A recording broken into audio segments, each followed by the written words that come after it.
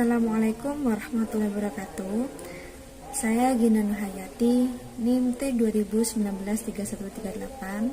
Saya dari kelompok 3 akan mempresentasikan makalah saya yang berjudul Keterampilan Menyajikan Program Kegiatan. Bahwasanya ada beberapa kemampuan yang harus dikuasai dalam menyajikan program kegiatan.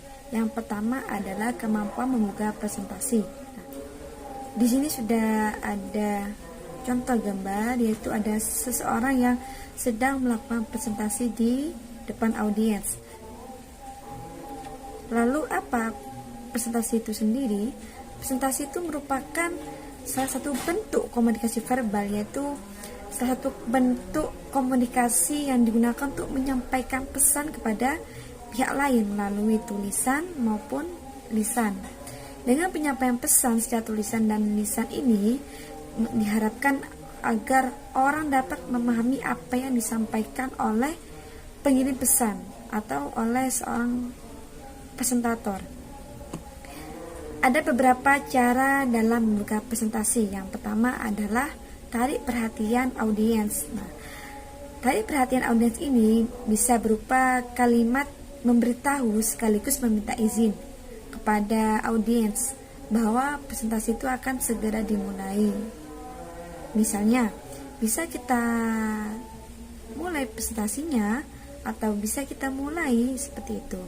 Yang kedua, sambut audiens. Sambut kehadiran audiens sebagai apresiasi atau ungkapan terima kasih atas kehadiran mereka dalam presentasi kita. Misalnya, terima kasih atas kehadirannya. Bisa juga mengucapkan salam sekaligus mengucapkan terima kasih atas kehadirannya, seperti itu. Yang ketiga, kenalkan diri.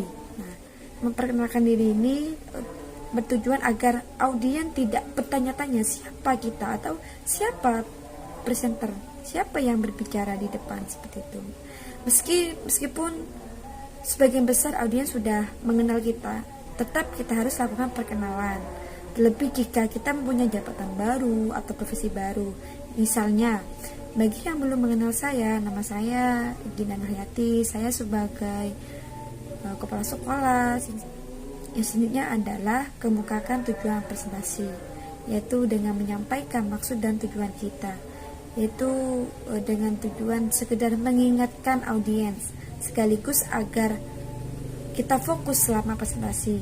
Misalnya, pagi ini saya akan mempresentasikan program kegiatan di bulan Ramadan, seperti itu. Yang selanjutnya adalah sampaikan sesi tanya jawab. Nyatakan bagaimana kita akan membuka sesi tanya jawab. Misalnya, kita bisa membuka pertanyaan ketika presentasi berlangsung, atau kita bisa membuka pertanyaan setelah selesai presentasi, seperti itu. Yang selanjutnya adalah kemampuan menyampaikan materi secara sistematis. Materi yang akan kita sampaikan harus logis, harus secara rasional, harus benar, efektif, efisien, dan disesuaikan dengan waktu. Jangan sampai melebihi durasi waktu yang sudah ditentukan. Nantinya akan memberikan kesan yang kurang baik, apalagi jika pemateri itu lebih dari satu orang. Tentunya seorang penyelenggara rapat itu sudah memperhitungkan waktu yang sedemikian rupa agar acara itu berlangsung sesuai dengan jadwal yang sudah dibuat. Yang selanjutnya adalah kemampuan menjelaskan program kegiatan secara efektif. Dalam menjelaskan program kegiatan secara efektif, artinya kita harus bisa berbicara dengan efektif. Apa itu berbicara efektif? Berbicara efektif itu merupakan sarana penyampaian ide kepada orang atau halayak secara lisan dengan cara yang mudah dicerna, sistematis, benar, tepat, dan tidak berbelit-belit, serta dimengerti oleh audiens.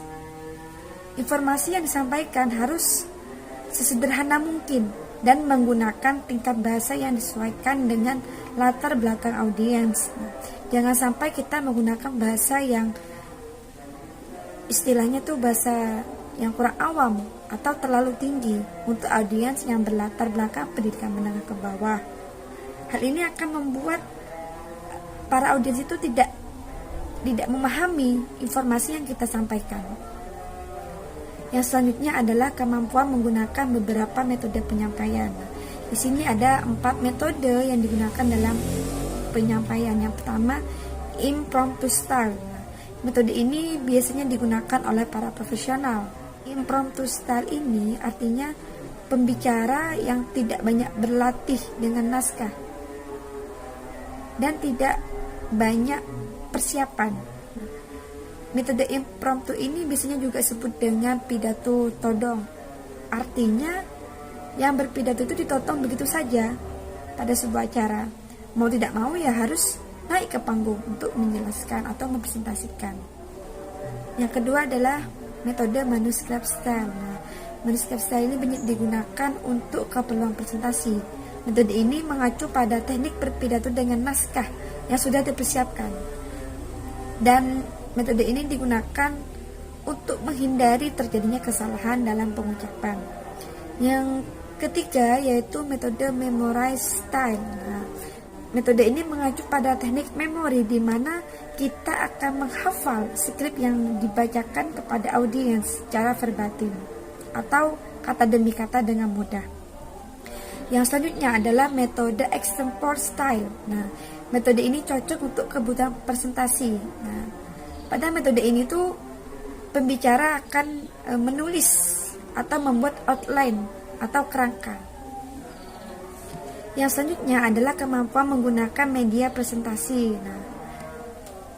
Media presentasi ini merupakan pesan atau materi yang akan disampaikan dalam sebuah program komputer dan disajikan melalui perangkat alat saji yang biasa kita sebut dengan proyektor. Pesan atau materi yang dikemas bisa berupa teks, gambar, animasi, dan video yang dikombinasi dalam satu kesatuan yang utuh. Ada berbagai alat bantu dalam melakukan presentasi. Yang pertama ada papan tulis hitam dan putih, ada flip chart, ada transparency overhead projector, ada slide, papan tulis elektronik, ada video cassette record atau VCR, dan panel LCD projector. Yang mana macam-macam alat bantu itu pastinya mempunyai kelebihan dan kelemahannya masing-masing, sehingga seorang presenter harus melakukan pemilihan terhadap alat bantu apakah yang sekiranya kita gunakan dalam presentasi dengan tujuan agar memperoleh pemahaman atas apa yang disampaikan oleh presenter. Salah satu alat bantu yang digunakan untuk mendukung presentasi biasanya yaitu dengan menggunakan komputer dengan perangkat lunaknya yaitu PowerPoint. Dengan menggunakan PowerPoint ini, bahan presentasi itu dapat disajikan dalam bentuk elektronis, bisa berupa teks, grafis, gambar, foto, suara, dan film. Ada beberapa elemen yang harus kita perhatikan. Yang pertama, slide harus sederhana, teks dan gambar pada jarak aman, isi slide harus mudah dibaca, slide hanya berisi poin-poinnya saja, ukuran besar kecilnya pun harus sesuai dan gunakan slide yang konsisten, sehingga para audiens itu tertarik dan tidak bosan dengan presentasi kita. Yang selanjutnya adalah kemampuan menguasai audiens. Sebelum kita melakukan presentasi, kita harus bisa menganalisis audiens, bisa menyangkut latar belakang, pendidikan, usia, atau pekerjaannya, sehingga kita bisa menghasilkan pemahaman dan kebutuhan dan keinginan audiens. Kegunaan dari analisis ini yaitu untuk menentukan gaya pendekatan apa yang harus kita gunakan kepada audiens.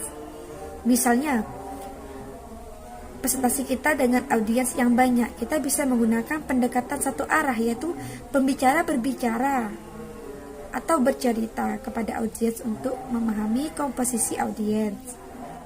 Ada hal-hal yang perlu diperhatikan juga selama presentasi berlangsung, yaitu bagaimana kita Bisa menguasai audiens itu menggunakan pendekatan yang tepat, bahasa sudah jelaskan.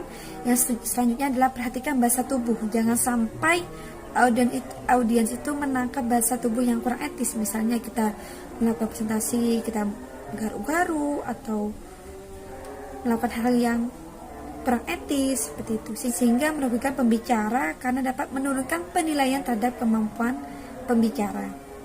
Yang selanjutnya adalah kemampuan menyelesaikan persoalan. Apa itu problematika? Problematika itu merupakan suatu kesenjangan antara harapan dan kenyataan yang diharapkan dapat diselesaikan atau dapat diperlukan, atau dengan kata lain dapat mengurangi kesenjangan itu. Kegiatan rapat yang dilakukan untuk mendiskusikan suatu masalah memang memiliki permasalahannya tersendiri, mulai dari yang ringan hingga yang fatal. Nah, permasalahannya itu juga tidak datang dari tempat saja, bahkan peserta rapat pun juga terkadang menjadi suatu permasalahan dari kelancaran sebuah rapat. Misalnya, peserta yang tidak mengetahui agenda, misalnya entah karena sibuk atau lupa, terkadang peserta merasa tidak dituntut untuk berkontribusi dalam rapat tersebut, atau merasa hanya sebagai pendengar di dalam rapat, sehingga menjadikannya tidak aktif dan acuh terhadap agenda rapat yang akan didatanginya.